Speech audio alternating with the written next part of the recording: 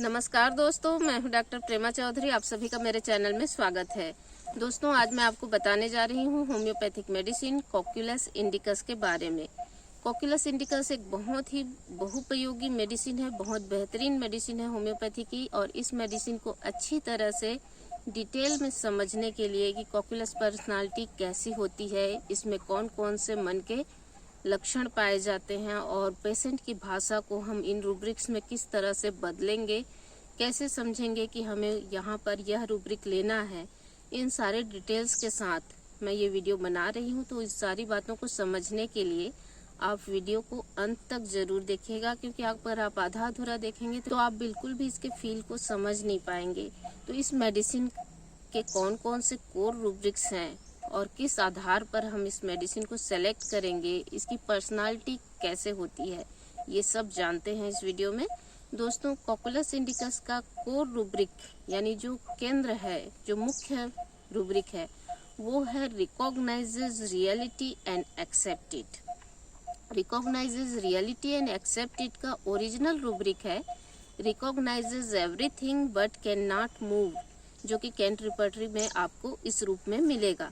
लेकिन दोस्तों, इसको इस भाषा में समझने में दिक्कतें होम्योपैथ्स को होता देख करके डॉक्टर सहगल ने इसे बदल करके अपने रिपर्टरी में किया है recognises reality and accept it, यानी वास्तविकता को समझना और उसे स्वीकार करना। कॉक्युलस का पेशेंट जो है इस बात को समझता है कि सच्चाई क्या है, वास्तविकता क्या है, और उसको स्वीकार करके चलता है। फॉर एग्जाम्पल, किसी की सास उसको बहुत ज़्यादा सुनाती है, दिन रात ताने देती है, उसको ये चीज़ बुरा लगता है, लेकिन इसके बावजूद वो उनको पलट करके जवाब नहीं देती है, कुछ नहीं कहती है, चुपचाप सहन कर लेती है। क्यों? क्योंकि वो बोलती है कि पता है रहना इन्हीं के साथ है, मुझे वो जानती है कि उन्हें उन्हीं के साथ रहना है और जिंदगी भर उन्हीं के साथ निभाह करना है।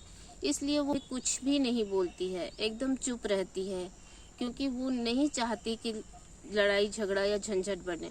अगर आप पेशेंट से पूछते हैं कि क्या आपको गुस्सा आता है, तो वो बोलेगी गुस्सा करने से क्या फ़ायदा डॉक्टर साहब, मैं तो चुप ही रहता हूँ या मैं तो चुप ही रहती हूँ। क्योंकि कुछ बोलोगे तो लड़ाई बढ़ेगी, अगर हम किसी को कुछ बोल देते हैं तो उनको बुरा लगेगा, बदले में उन्होंने दो शब्द सुना दिए तो हमें फिर बुरा लगने लग जाएगा। तो एक दूसरे का दिल ही दुखाना है, लड़ाई झगड़ा बढ़ा के क्या फ़ायदा, इससे अच्छा चुप ही रहना। तो मैं तो एकदम शांत रहता हूँ, किसी को कुछ नहीं कहता। ये उसका वर्जन होता है, यानी पेशेंट इस तरह से की भाषा में आपको बताता है, जिससे आप समझेंगे कि ये रियलिटी को समझ करके उसको एक्सेप्ट कर रहा है। कॉक्युलस के पेशेंट को नॉइज बिल्कुल भी पसंद नहीं रहता है, नॉइज इनटॉलरेबल होता है इसके लिए, एंगर नॉइज फ्रॉम है। लेकिन शोरगुल से उसको गुस्सा आता है, उसको बिल्कुल अच्छा नहीं लगता, उसको शोरगुल बिल्कुल भी बर्दाश्त नहीं है। लेकिन इसके बावजूद अगर आसपास बच्चे खेल रहे हैं जो बहुत शोर कर रहे हैं, तो वो उनसे कुछ नहीं कहेगा। वो बोलेगा अब बच्चे हैं, बच्चे तो हल्ला करते ही हैं, इनको मेरे कहने से वो कौन सा चुप हो जाएंगे। अगर मैं उनको कुछ कहता हूँ तो भी वो हल्ला करेंगे, नहीं कहता हूँ तो भी करेंगे।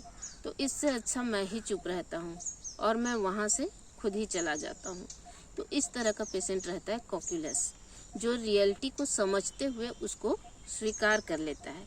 बहुत लंबे समय तक मान लीजिए पेशेंट जो है बीमार चला आ रहा है और अब उसे अपनी बीमारी से शिकायत नहीं है।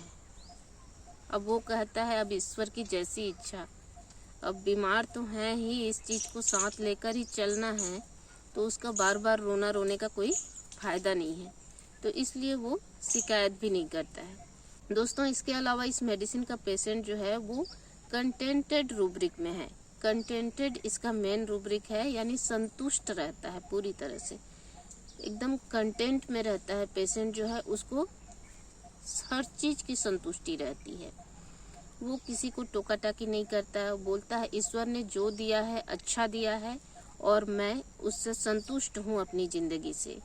अपने घर के लोगों के लिए, अपने बेटे बहुओं के लिए कहता है कि हमने तो अपनी ज़िंदगी जी ली है, अब वो अपनी मर्जी से करें, अच्छा करेंगे तो भी उनका हित है, बुरा करेंगे तो उनका ही अहित है। वो खुद समझते हुए करें, हमने अपनी ज़िंदगी जी ली, हमने खा ली ओढ़ ली अपने हिसाब से, अब इनकी जिंदगी है उसमें मुझे कोई दखल नहीं देना, जैसा उनको अच्छा लगे, उचित लगे, वो वही करें। तो इस तरह से वो कहती है। अगर किसी की बहू बहुत चिड़चिड़ करती है या गुस्सैल है या कुछ सुना देती है या कुछ बोल देती है, उसको गुस्सा भी लगे तो भी चुप रहती है। वो कहती है मेरे कहने से कौन सा वो बदल जाएगी, वो वैसे ही रहेगी, अपने हिसाब से रहेगी। तो वो मेरे कहने से तो उसको बदलना है नहीं, तो मेरे कहने का फ़ायदा ही क्या है। तो इसलिए वो बिल्कुल भी उसको टोकती नहीं है या उसके लिए कुछ बुरा बोलती नहीं है। रिवरेंस फॉर दोज अराउंड कॉक्युलस का एक और मेन रूब्रिक है, यानी ये अपने आसपास के सभी लोगों का बहुत सम्मान करता है, सभी को आदर देता है और बहुत इज्जत से, नम्रता से सभी से पेश आता है। Anxiety others about, anxiety health about relatives of, cares others about. In rubrics में कॉक्युलस इंडिकस है। इनका अर्थ ये है कि पेशेंट को अपने आसपास के जो लोग हैं, उसके जो रिलेटिव्स हैं, दूसरे लोग जो हैं, उन सब की बहुत ज़्यादा चिंता रहती है। एंजाइटी अदर्स अबाउट यानी दूसरों की उसको चिंता लगी रहती है। Anxiety about health of others या रिलेटिव्स यानी उसको अपने रिश्तेदारों की, अपने दोस्तों और अपने घर वालों की सेहत के बारे में बहुत ज़्यादा चिंता रहती है। खुद बीमार भी होना तो वो नहीं चाहता कि उसकी वजह से किसी और को तकलीफ हो। डिस्टर्ब एवर्जन टू बी यानी इसको लगता है कि कोई भी उसको डिस्टर्ब ना करे, वो शांत पड़ा रहे। डजंट कंप्लेंट फीवर ड्यूरिंग यानी बुखार के दौरान उसको लगता है कि बिल्कुल भी किसी से कोई कुछ नहीं कहे उसको, वो बिल्कुल चुपचाप, कोई डिस्टर्ब ना करे, चुपचाप पड़ा रहे और वो चुपचाप सो जाता है। बहुत ही प्लेफुल होता है। इसका बच्चा जो है काफ़ी प्लेफुल है, बाहर बढ़िया से खेलता रहता है हर वक्त। और जब इसको बुखार आता है तो हल्का बुखार रहेगा तो भी खेलता रहेगा, लेकिन बुखार अगर जब ज़्यादा ही आ जाए तो इस स्थिति में जाके चुपचाप सो जाएगा। वो चाहेगा कि कोई भी उसको डिस्टर्ब ना करे और बुखार के दौरान भी वो उसे दूसरों की चिंता रहेगी। मान लो कोई बड़ा भी है या बच्चा भी है और खुद तकलीफ में है तो भी वो दूसरों से चीज़ों की मांग नहीं करेगा। अगर बच्चा है तो वो चुपचाप लेटा रहेगा, मम्मी पापा के पास अगर टाइम है तो उसके पास बैठ जाए तो अच्छी बात है, लेकिन अगर वो बिजी है तो वो कहेगा कि उनको भी तो अपना काम करना है, वो अपना काम करे, मैं तो बीमार हूँ ही, मेरी वजह से उनका काम क्यों डिस्टर्ब हो। तो इस तरह से समझ उसमें रहती है। ऐसे ही कोई बड़ा है, उसको बहुत ज़्यादा दर्द हो रहा है रात, लेकिन इसके बावजूद भी वो अपने बाजू में सोई हुई अपनी वाइफ को बिल्कुल नहीं उठाएगा, क्योंकि सोचेगा कि मुझे तो दर्द के कारण नींद नहीं आ रही है, मेरी हालत तो ख़राब है, मेरी वजह से इसकी नींद क्यों ख़राब हो, इसको क्यों डिस्टर्ब करूं। इस तरह की स्थिति रहती है। अगर इस दौरान उसे चाय, कॉफ़ी या गर्म पानी किसी चीज़ की ज़रूरत पड़ती है तो वो खुद ही किचन में जाके बना करके ले लेता है। और मान लीजिए दोनों एक साथ बीमार पड़ गए तो ऐसी स्थिति में वो अपनी वाइफ से पूछेगा कि अच्छा तुम्हें चाय चाहिए क्या, मैं तुम्हारे लिए बना के ला दूं, तुम्हारा सिर दुख रहा है ना। यानी खुद को बुखार है, लेकिन अगर वाइफ के सिर में दर्द है तो वो बोलेगा मैं तुम्हारे लिए चाय बना के ला देता हूँ। ऐसी ही अगर उसकी वाइफ कॉक्युलस की हुई तो वो वैसी केयरिंग होगी। मतलब जो भी हो, मेल हो या फीमेल हो, लक्षण इसी तरह के रहेंगे कि पेशेंट खुद बीमार होते हुए भी दूसरों की केयर्स करेगा, दूसरों की देखभाल करेगा, दूसरों की चिंता करेगा और दूसरों की सेहत की इसे बहुत ज़्यादा चिंता रहती है। Indifference lies with eyes closed यानी ये रियलिटी को समझता है, इसीलिए इस रूब्रिक में पड़ा हुआ है, क्योंकि ये जो है देख रहा है कि सामने दो लोग जो हैं बुरी तरह से झगड़ रहे हैं, लेकिन उसके बावजूद ये उनके बीच में कुछ नहीं बोलता है, बल्कि चुपचाप वहां से दूसरी जगह चला जाता है। आंखें बंद कर लेने का अर्थ है कि उस स्थिति को देखते हुए भी अनदेखा कर देना। यहाँ फिजिकली आंखें क्लोज करे ऐसा नहीं है, इसका अर्थ यही है कि वो उस चीज को देखते हुए, जानते हुए, समझते हुए वहां से खुद को हटा लेता है, उस झगड़े झंझट में नहीं पड़ना चाहता, क्योंकि वो जानता है इसके रोक टोक करने के बावजूद वो लोग लड़ेंगे ही और वो इसकी बात नहीं मानेंगे, बल्कि उल्टा इनको दो चार शब्द सुना देंगे। तो इसलिए वो वहां से हट जाता है। तो इसी तरह से बेटे बहू कुछ कर रहे हैं, उसको अच्छा नहीं लग रहा है, लेकिन फिर भी वो जान रहा है कि मेरे कहने से कौन सा ये सुधरेंगे, ये तो वैसे ही करेंगे, वैसे चले पैसा उड़ा रहे हैं तो उड़ाने दो, मेरे कहने से कौन सा वो मान जाएंगे, वो तो अपने ही तरीके से जिएंगे, तो मेरे कहने का तो फर्क ही नहीं पड़ेगा। तो इसलिए वो देखते हुए भी उस चीज़ों को अनदेखा कर देता है। तो इसी के लिए रूब्रिक है indifference lies with eyes closed. Ask for nothing rubric में है फीवर के दौरान भी ये किसी चीज़ की कोई मांग नहीं करता। Complaint does not fever during, यानी अगर बुखार भी है तो वो कुछ भी मांगता नहीं है, कोई शिकायत नहीं करता है, चुपचाप जाके सो जाता है। फियर नॉइस, यानी शोरगुल इसको इतना नापसंद होता है कि उससे डरता है, कोई तेज आवाज में बात कर ले इसको बिल्कुल भी अच्छा नहीं लगता है। Sadness as if insult from and sensitive to rudeness, कोई इसको कर्कश आवाज में या गुस्से वाली टोन में बात कर ले, ये इसको बिल्कुल भी बर्दाश्त नहीं होता। इसको लगता है कि उसका अपमान हो गया और इस बात से बहुत ज्यादा वो खुद को दुखी महसूस करता है। एंगर इंटरप्शन फ्रॉम रूब्रिक में भी कॉक्युलस इंडिकस है। एंगर इंटरप्शन फ्रॉम का अर्थ है किसी भी तरह से उसके कार्यों में अगर रुकावट आती है तो वो उसको बिल्कुल भी पसंद नहीं होता है, उसको अच्छा नहीं लगता है और इस बात से उसे गुस्सा आता है। जैसे उसके जोड़ों में दर्द है जिसकी वजह से वो ठीक से चल नहीं पा रहा है, उसके हाथ में दर्द है इसलिए वो अपने से अपने काम नहीं कर पा रहा है, तो इन बाधाओं से उसको बिल्कुल भी अच्छा नहीं लगता है। और इस इंटरप्शन के कारण जो है पेशेंट जो है वो उसको गुस्सा आता है, लेकिन वो अपने गुस्से को जो है जाहिर नहीं करता है, गुस्सा आने के बावजूद भी चुप रह जाता है। लेकिन उसको इस तरह से अगर रुकावट आती है उसके कार्यों में तो उससे उसको गुस्सा आता है। तो इसके लिए रूब्रिक है anger interruption from. Dullness understand question only after repetition, यानी इसमें इतना ज़्यादा डलनेस रहता है कि आपके सवाल के बाद वो थोड़ा सा पॉज लेगा, तुरंत जवाब नहीं देगा और आप क्वेश्चन को जब दोहराओगे तब समझ पाएगा कि क्या आप उससे पूछ रहे हो। तो इस तरह का पेशेंट में डलनेस रहता है कि वो फटाक से आपके सवालों का जवाब नहीं दे पाता है, थोड़ी देर सोचता है आपके सवाल करने के बाद और फिर उसका जवाब देता है थोड़ा पाज लेकर। फियर ऑफ बिट्रेड बीइंग, यानी इसको धोखे से डर लगता है, कोई इसकी इंसल्ट ना कर दे इस बात से डर लगता है, इसलिए ये बहुत ही पोलाइट होता है, वेरी पोलाइट।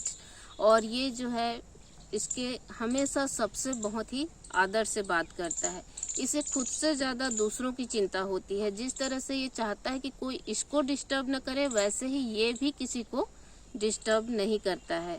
तो पेशेंट जो है कॉक्युलस का इस तरह से होता है कि वो खुद से ज़्यादा परवाह अपनों की करता है, उनको कोई बात बुरी ना लग जाए, कोई इसको पलटकर कुछ बोल ना दे, कोई इसको जवाब ना दे दे, इन चीज़ों का वो बहुत ज़्यादा ध्यान रखता है, सबसे सम्मान से प्रेम से बात करता है और एक्चुअल में प्रेम करता भी है।